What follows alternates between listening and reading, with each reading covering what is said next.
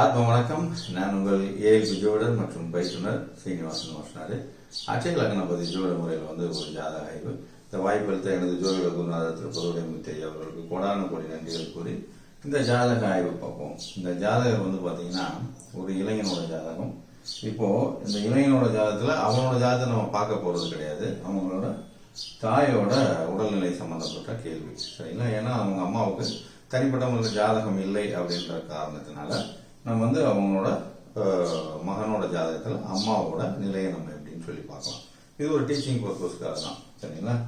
இந்த ஜாதகனோட ஜென்ம லக்னம் அப்படின்னா துலாம் லக்னம், தற்சமயம் போயிட்டு அட்சய லக்னம் தனுர் லக்னம், உத்திராடம் 1ஆம் பாதம், கடைசி நட்சத்திர பாதமா போகக்கூடிய ஒரு காலம். அந்த லக்னம் முடிய போற காலம் அப்படின்னு சொல்லலாம்.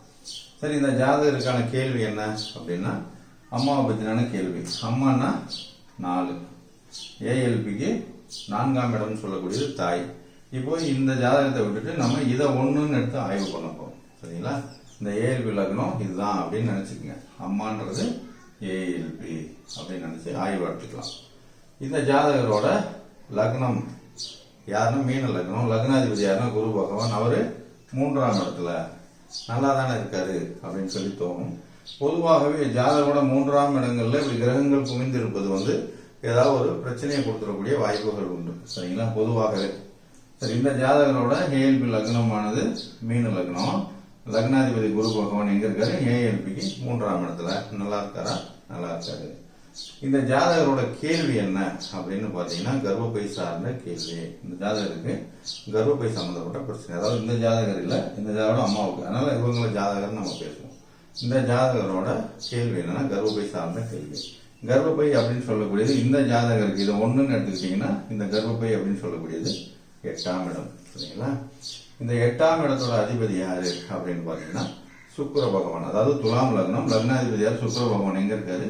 ஏஎல்பி லக்னத்திலே இருக்காரு. அப்போ இந்த ஜாதகரோட நோய் 8ன்றது கர்ப்பப்பையை விட்டுருங்க. பொதுவாகவே தீராத பிரச்சனை, தீராத நோயை கொடுக்கக்கூடிய ஒரு ஸ்தானம். அந்த அதிபதியான சுக்கிர பகவான் எங்க இருக்காரு?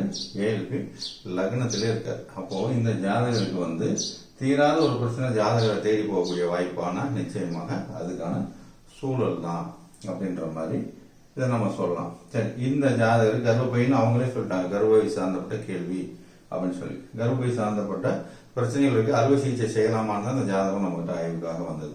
சரி, இந்த கர்ப்பப்பை இருக்கு இல்லையா? இந்த கர்ப்பப்பை அதிபதியார் சுக்கிர பகவான் சொல்லிட்டோம். இந்த சுக்கிர பகவான் இந்த வீட்டுக்கு மட்டும் அதிபதி கிடையாது. இந்த ஏஎல்பிக்கு 3ஆம் வீட்டுக்கு, இந்த கர்ப்பப்பைக்கு 8ஆம் வீட்டுக்கும் சுக்கிர பகவான் தான் அதிபதி. 1க்கும் 8க்கும் உடைய சுக்கிர பகவான் எங்க இருக்காரு? 6ல் அமர்ந்திருக்காரு. நல்லா இருக்காரா? நல்லா இல்ல, சரிங்களா? அப்ப கர்ப்பப்பை சார்ந்த பிரச்சனைகள் இந்த ஜாதகருக்கு உண்டானா நிச்சயமாக இருக்கு அப்படின்னு சொல்லி நம்ம சொல்லலாம். சரி, இந்த கர்ப்பப்பைக்கு 6ஆம் இடத்தோட அதிபதி யாருன்னா குரு பகவான், சரிங்களா? இப்ப எப்படி இந்த இடத்துக்கு 3ஆம் இடமும் பிரச்சனைன்னு சொன்னோமோ அது மாதிரி இந்த ஜாதகருக்கு பாத்தீங்கன்னா இந்த 3க்கும் 6க்கும், அதாவது இந்த கர்ப்பப்பைக்கு 3க்கும் 6க்கும் உடைய குரு பகவான் எங்க உட்கார்ந்து இருக்காரு? இந்த கர்ப்பப்பைக்கு 8ஆம் இடத்துல. இருக்கலாமா? இருக்கக்கூடாது. 6ஆம் அதிபதி போய் 8ல தீரக்கூடிய பிரச்சனை போய் எங்க உட்கார்ந்துருக்கு? தீராத பிரச்சனை இல்லை, அமர்ந்திருக்கு. அதனால இது கர்ப்பப்பை சார்ந்த பிரச்சனைகள் உண்டானா நிச்சயமாக உண்டு அப்படின்ற மாதிரி நம்ம இதுல பலன் சொல்லலாம், சரிங்களா? சரி, அது மட்டும் இல்லாம இந்த கர்ப்பப்பை சார்ந்த அறுவை சிகிச்சை அப்படின்னு சொல்லிட்டாங்க. இந்த கர்ப்பப்பை சார்ந்த அறுவை சிகிச்சை 1க்கும் 8க்கும் சுக்கிர பகவான் 6ல் அப்படின்னு நம்ம சொல்லிட்டோம். சரி, இந்த கர்ப்பப்பைக்கு விரையாதிபதியா விரயத்திற்கு, அந்த கர்ப்பப்பைன்னா 8ஆம் இடம், இதுக்கு விரயம்னா 12ஆம் இடம். அந்த கர்ப்பப்பையை ரிமூவ் பண்ணலாமா அப்படின்னு தான் அவங்களோட கேள்வி. இப்ப கர்ப்பப்பைக்கு விரையாதிபதி யாரு? புதன் பகவான். அவர் எங்க உட்கார்ந்துருக்காரோ அவரும் போய் இந்த கர்ப்பப்பைக்கு 8ஆம் இடத்துல அமர்ந்திருப்பது ஒரு தீராத பிரச்சனையை இந்த காலகட்டத்தில் கொடுத்துருமான நிச்சயமாகவே கொடுக்கக்கூடிய ஒரு வாய்ப்பு இருக்கு. அது மட்டும் இல்லாம இந்த கோச்சார புதன் இருக்கு இல்லையா? இந்த கோச்சார புதன் இங்க போகும்போதே, அதாவது ரிஷபத்துல போகும்போதே இந்த ஜாதகருக்கு பிரச்சனை ஹெவி ஆரம்பிச்சிருச்சு. ஏன்னா இந்த கர்ப்பப்பைக்கு 12ஆம் இடத்தோட அதிபதி புதன் எங்க உட்காந்து கோச்சாரத்துல, அதாவது அவங்க ஜாதகத்துல புதன் இங்கதான் இருக்காரு. கோச்சாரத்துல புதன் இந்த கர்ப்பப்பைக்கு 12ஆம் இடத்துக்கு 8ஆம் இடத்துல போய் அமர்ந்திருக்கு புதன் பகவான். 7ஆம் பார்வையாக இந்த கர்ப்பப்பைய பார்த்திருப்பது வந்து கர்ப்பப்பை அறுவை சிகிச்சையை ரிமூவ் பண்ணக்கூடிய வாய்ப்புகள் இருக்குன்னு சொல்லலாம்.